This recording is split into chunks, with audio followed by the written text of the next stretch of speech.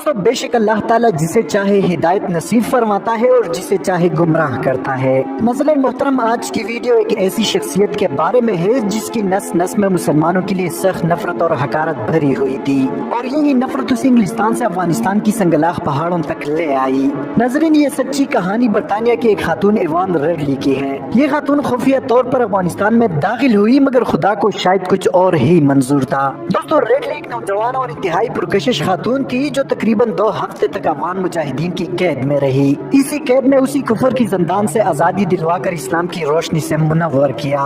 दोस्तों, कैद से आजाद होने के बाद इस खातून ने इस्लाम का मुतालिया किया और ईसाईयत छोड़कर इस्लाम कबूल किया। रेडली वो खातून थी जिसकी जहन और दिल व दिमाग में मुसलमानों के लिए शदीद नफरत थी। नजरीन, ये खातून जिसने इस्लाम और मुसलमानों से नफरत की खातिर अफगानिस्तान जाने की हामी भरी।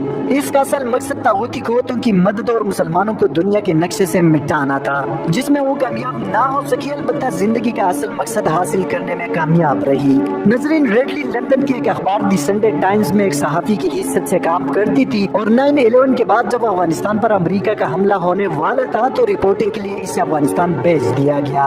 नजरीन, इसने पाकिस्तान पहुंचने के बाद अफगानिस्तान का वीजा हासिल करने की कोशिश की, मगर कुछ वजूहात की बिना पर इसे अफगान वीजा नहीं मिल सका। इसके बाद रेडली ने एक अफगान बाशिंदे की मदद हासिल की और जाली शनाख्ती कार्ड बनवाकर अफगानिस्तान में दाखिल हुई। दोस्तों, गाइड जब रेडली को अपने गांव लेकर गया तो सबने इस अंग्रेज खातून की अच्छी मेहमान नवाजी की, और रेडली मुसलमानों की इस बेहतरीन रवैये से काफी मुतासिर हुई। ये खातून जब अपने गाइड के साथ आगे रवाना हुई तो कुछ सफर तय करने के बाद रेडली अपनी किताब माई जर्नी टू इस्लाम में लिखती है कि रास्ते में इनकी मुलाकात एक इंतहाई खूबसूरत और दराजकद नौजवान से हुई। उसने मेरे पास कैमरा और गले में झूलते हुए कार्ड को देखकर समझ गया कि मैं एक सहाफी हूँ। गाइड ने मुझे बताया कि वो एक अफगान मुजाहिद है, और उसने मुझसे कैमरा लिया और घोड़े से उतरने को कहा, जबकि उसी दौरान वहाँ मजीद कुछ लोग भी आ गए। रेडली अपनी किताब में लिखती है कि उस वक्त मैं सोच रही थी कि इस वक्त मैं दुनिया के सबसे जालिम तरीन लोगों की हिरासत में हूँ, और खुदा जाने ये लोग मेरे साथ क्या सलूक करेंगे।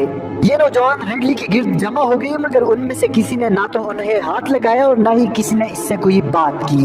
इनमें से एक नौजवान ने मुझे साथ चलने का इशारा किया और मैं इनके साथ रवाना हुई। थोड़ी देर चलने के बाद वो एक मुकाम पर जा पहुंचे जहाँ बहुत सारे पत्थर पड़े हुए थे। मैंने सोचा शायद इन्हीं पत्थरों से अब ये लोग मुझे संसार करेंगे। इसी दौरान एक और शख्स अपने साथ एक खातून लेकर आया, और खातून ने आते ही मेरे पूरी जिस्म की तलाशी लेना शुरू की, जिसके बाद मुझे अंदाजा हुआ कि ये लोग यहाँ रुक कर इसी औरत का इंतजार कर रहे थे कि वो आकर इसकी तलाशी ले सके।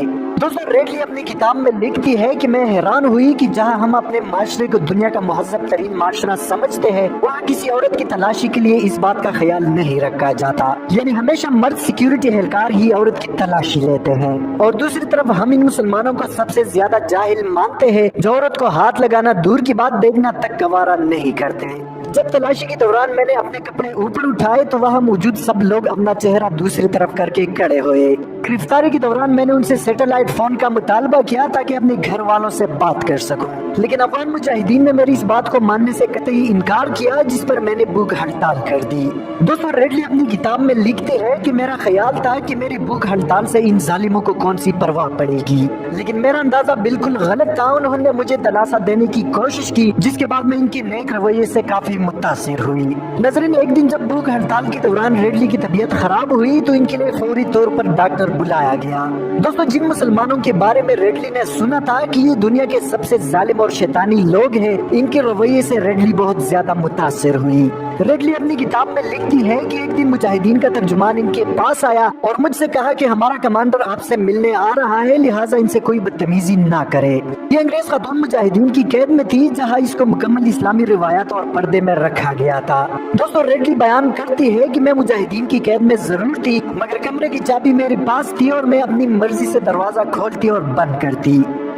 दोस्तों, रेडली कहती है कि कुछ देर बाद दरवाजे पर दस्तक हुई। जब मैंने दरवाजा खोला तो बाहर एक खूबसूरत नौजवान खड़ा था जिसके चेहरे पर लंबी दाढ़ी थी। उसने इंतहाई आजिज़ी के साथ अंदर आने की इजाजत तलब की और रेडली से हाल अहवाल जानकर इस्लाम के बारे में पूछने लगा। پھر مجھ سے کہا کہ ڈرو مت، آپ کی عزت مال جان کی حفاظت ہماری ذمہ داری ہے۔ مجھے اسلام کی دعوت دی، اسلام کی محبت پہلے ہی سے میرے دل و جان میں سرایت کر چکی تھی۔ ریڈلی اپنی کتاب میں لکھتی ہے کہ میں کئی بار جان بوجھ کر ان کو تنگ کرتی تھی، کیونکہ ان کو تنگ کرنے میں مجھے مزہ آتا تھا، اور مجاہدین بھی سمجھ چکے تھے کہ میں کوئی جاسوس نہیں بلکہ ایک صحافی ہوں۔ امریکی حملے کے تیسرے روز مجاہدین میرے پاس آئے اور کہا کہ ہم حفاظت سے آپ کو پاکستان پہنچا دیتے ہیں۔ یہ سن کر میں انتہائی حیران ہوئی کہ موت ان کی سروں پر کھڑی ہے اور ان کو میری جان اور حفاظت کی فکر ہے۔ دوستو، بے شک عزت و ذلت، موت اور زندگی اللہ کے ہاتھ میں ہے۔ جس انگریز خاتون کو امریکہ نے افغانستان میں اسلام اور مسلمانوں کے خلاف رپورٹنگ کے لیے بھیجا تھا، وہی خاتون مسلمانوں کے نیک رویے سے متاثر ہو کر اسلام اور مسلمانوں کی حقیقی رپورٹر بن گئی۔